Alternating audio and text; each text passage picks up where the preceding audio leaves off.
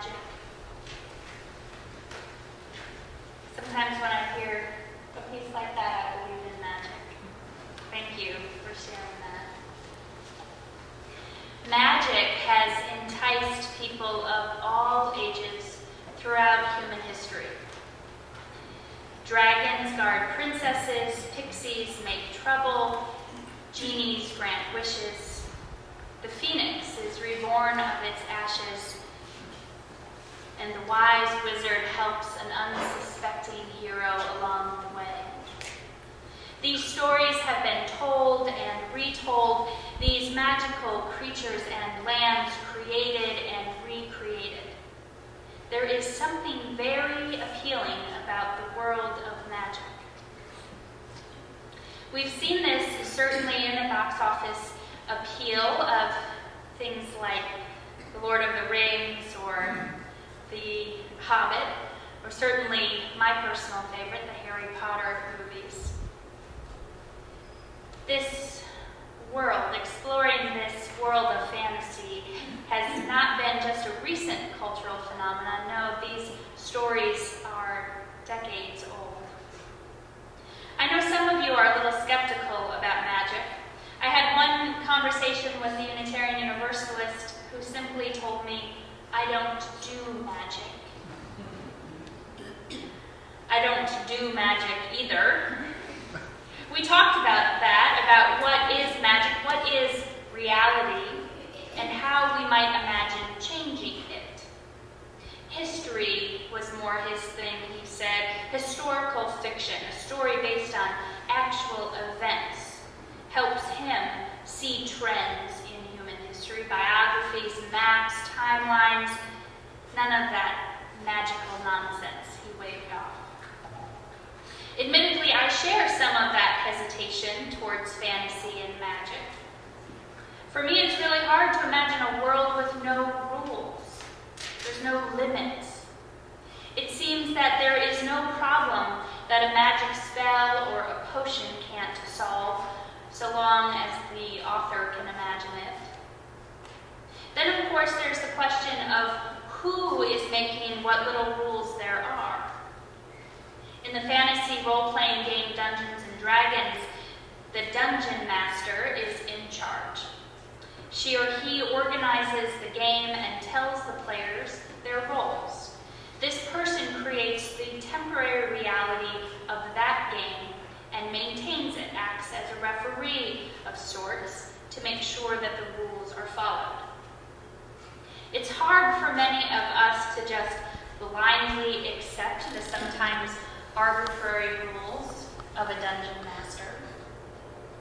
It's hard, especially for Unitarian Universalists, to imagine someone else controlling our reality.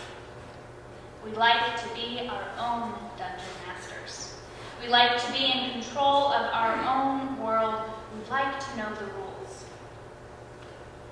For fantasy writer Philip Pullman, the author of The Golden Compass and the Dark Materials series, reality is actually quite important to him when creating a magical world. He writes, I bang the drum for the primacy of the physical world that we live in. As far as I can see, we only get one shot at life, and that is in the here and now. His fantasy worlds and the worlds of C.S. Lewis and Tolkien and J.K. Rowling and others have many things that look and sound familiar to us. They are parallel worlds that are accessible to us everyday folks. Harry Potter would call us muggles or non-magical people. They are magical worlds built in a framework of our reality because they are built for us. They're built for our enjoyment, for our exploration, for our learning. Magic is a way for us muggles to explore the here and now, to explore the world we live in. That is our first task, to enter into that parallel world of possibility. Children are often the main characters in these stories about magic because they are the people who can more easily believe in fantasy. Adults sometimes become less optimistic, perhaps even disillusioned about human nature and the ways of the world. We stop being in awe of what's happening on stage, and we become concerned, sometimes consumed with what's happening behind the stage. We start worrying about jobs, about money, about health. We start worrying about real life with its failures and disappointments, and that sometimes prevents us from believing in magic. That's one appeal of these fantasy stories for adults. It's an escape into another world, a place without due dates or alarm clocks, a place where we don't have to be responsible or in control. Harry Potter grew up with his aunt and uncle, who are the worst kind of muggles. They are the stereotype of a modern, normal family. They have no imagination, no creativity. They focus only on material success and are always concerned about what the neighbors might think. Harry knows nothing of magic until his 11th birthday. And so the reader then learns about magic and the magical world alongside Harry. He begins taking lessons at Hogwarts School of Witchcraft and Wizardry. It's fun and engaging. Owls in that world deliver the mail, and they play sports games on flying broomsticks. And adults might notice that there are no committee meetings at Hogwarts. We need places like Hogwarts, warm and peaceful places like the Shire where the hobbits live. We need Never Never Land, where pixie dust lets us fly so we don't have to grow up. It's good for us to travel to these places to be renewed in their promise. They're not frivolous trips. They hold profound adventures filled with stories of friendship and family and love and grief and war, politics, religion. So once we're in those worlds, our next task is to decipher the lessons of reality in them. It's true that in these stories, magic seemingly has endless rules and can fix anything. Anything that is, except, as we learn over and over again, death and the bravery it takes to live a full life without fearing death. I know that that's a weighty thing to put on Harry Potter. But magic cannot fix death or the bravery it takes to live a full life.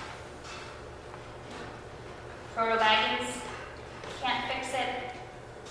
The children in Narnia can't fix it, yet that's their story. They live with magic around them, but what makes their lives remarkable is the people they choose to make meaning with, the relationships they have. It's the life the characters lead that's important, not the magic that lightens the lesson. So I've already told you that my personal favorite of these stories is Harry Potter. I love that world of Hogwarts School of Witchcraft and Wizardry, and I love Albus Dumbledore, the headmaster there. Dumbledore is a wise old wizard, and he is Harry's mentor and friend.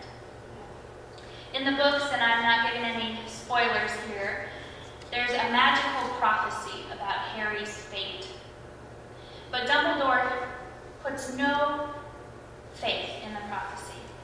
Instead, he says that the greatest power that Harry possesses is his ability to love. It's a power that Harry's enemy, Lord Voldemort, knows nothing about. Voldemort is only concerned with gaining influence and mastering death. Yet Dumbledore's lesson for Harry is that Voldemort has forgotten how to live, and that will ultimately be his downfall. I'll say it again, magic can fix anything except death, and the bravery it takes to live a full life without fearing death. That's what I love about magic. That's what I love about Harry Potter stories. They're stories about being fully engaged with the world, fully participating in humanity, the interdependent web that we exist in, fully participating in life. Dumbledore is not just the headmaster at Hogwarts. He's a well-respected wizard in the magical world. He's kind and gentle. And I also happen to believe that he is a Unitarian Universalist. His lessons and our 7 principles teach us the best kind of magic. They give us the powers we need to live full lives. Dumbledore fully embraces our ethic of living as seen in our first Unitarian Universalist principle, the inherent worth and dignity of every creature. In fact, that is his greatest strength. He trusts the good, the inherent good in all people, all creatures, really. He puts faith in unlikely characters like Hagrid the half-giant, or Professor Lupin the werewolf, or even Professor Snape, a tortured and mean-spirited character who never seems to be on the right side. But Dumbledore finds the good in all of them. He finds the humanity and he loves them. Dumbledore also does his best to infuse an atmosphere of justice, equity, and compassion, our second principle, when dealing with the students at Hogwarts. He attempts to undo the injustices of the past. He empowers Harry and the other main characters, Ron and Hermione, to be reflective about power and oppression. He teaches the kids things like house elves, which are essentially an enslaved race in the magical world. Dumbledore offers house elves sanctuary, jobs with fair wages.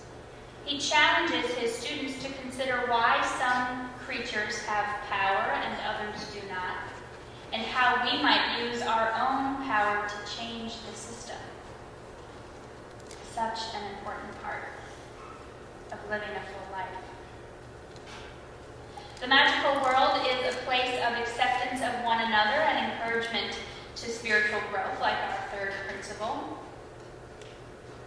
We already see that a bit in Dumbledore's company and the people that he trusts and loves, but we see this lesson throughout Hogwarts. In one story, the students come together to learn from each other. They're not getting what they need in their classes, and anyone is welcome to join the club if they agree to learn and grow, no matter the skill level, the age, or their affiliation. In that special group, they recognize each other's strengths, even learning from younger and less talented students, and they come together to learn, to grow, to explore. There is a continual free and responsible search for truth and meaning, as our fourth principle says. In the first book, Dumbledore tells Harry that the truth is a beautiful and terrible thing, and should therefore be treated with great caution. Truth is a beautiful and terrible thing, and should therefore be treated with great caution. I might argue that's why we put the word responsible when we say responsible search for truth and meaning. Exploring the truth can be very hard and hurtful. Harry enters the wizarding world having never known his parents or who he was. This world gives him a safe place to explore that, to explore those hard truths. Like we do every Sunday, he found a place like this, where he could try new ways of being and new ways of seeing the world. A place where he could ask questions and make meaning with others. This magical world even affirms our fifth principle, the right of conscience and the use of the democratic process within our congregations and in society at large. The whole series is about choosing for oneself what is right. In the magical world, despite the magic wands and the potions, you have the right to be a free thinker, to make your own choices. There's a governmental system with representatives and juries. Dumbledore knows all the ins and outs, ensuring due process and appeals when needed. As much as Dumbledore always seems to have the right answers, he is cooperative and follows the collective will of his students, or his Order of the Phoenix, and his allies. Dumbledore, like many wizards and witches, and like our sixth principle, holds a goal of world community with peace, liberty, and justice for all. He tells a gathering of students that differences of habits and language are nothing at all if our aims are identical and our hearts are open. Differences of habits and language are nothing at all if our aims are identical and our hearts are open. Doesn't matter if you're a giant or a werewolf or a house elf. In that parallel reality, those characters represent the other, those on the margins of our reality. The lesson is to create a society of free people, of free creatures living together with peace and justice. And finally, like in many stories about magic, there is a deep connection to the natural world. And like our seventh principle affirms, a respect for the interdependent web of all existence of which we are a part. The students are required to take herbology lessons, where they learn the natural principles and powers of plants. There's a deep respect evident for the earth, even in the magic wands that each wizard carries. Each wand is unique, made from varying types of wood with different cores like unicorn hair or phoenix feathers, understanding that each element brings something unique. Each part of the interdependent web comes with a different quality, and each wizard must learn to use that. So I guess the magical world isn't so different from our own. Yes, it's unbelievable. Giants and werewolves and house elves. Still, it's a fun and gentle way for us to enter into the basic ethics of our living. These magical worlds we know look like ours, at least enough like ours that we recognize them and draw connections. It does look differently enough for us to comfortably question good and evil. It provides a safe distance in thinking about power and control and our own desire for those things. Magic allows us to engage with life's major issues, softening them with fantastical stories. Magic, however, does not allow an easy out with a swish of a wand or a special brew. No, magic is something we each must make. The magic of Harry Potter is not the spells, it's the relationships. It's the lessons that reflect our Unitarian Universalist principles. Harry's greatest power, remember, just like ours, is his ability to love. His magic comes from his friends, from his loyalty, and from his honesty. The same is true in The Hobbit or The Lord of the Rings. Frodo can't destroy that ring alone. His strength comes from his friends. In Narnia, the children each have something unique to contribute and can only overcome obstacles when they come together. We know this story. We live this story. We know this kind of magic. A magic wand can fix anything except death and the bravery it takes to live a full life without fearing death. That requires a very powerful magic that only exists in you and in me. It requires a uniquely human magic found in community and in hope and in love. believe in magic. Do you?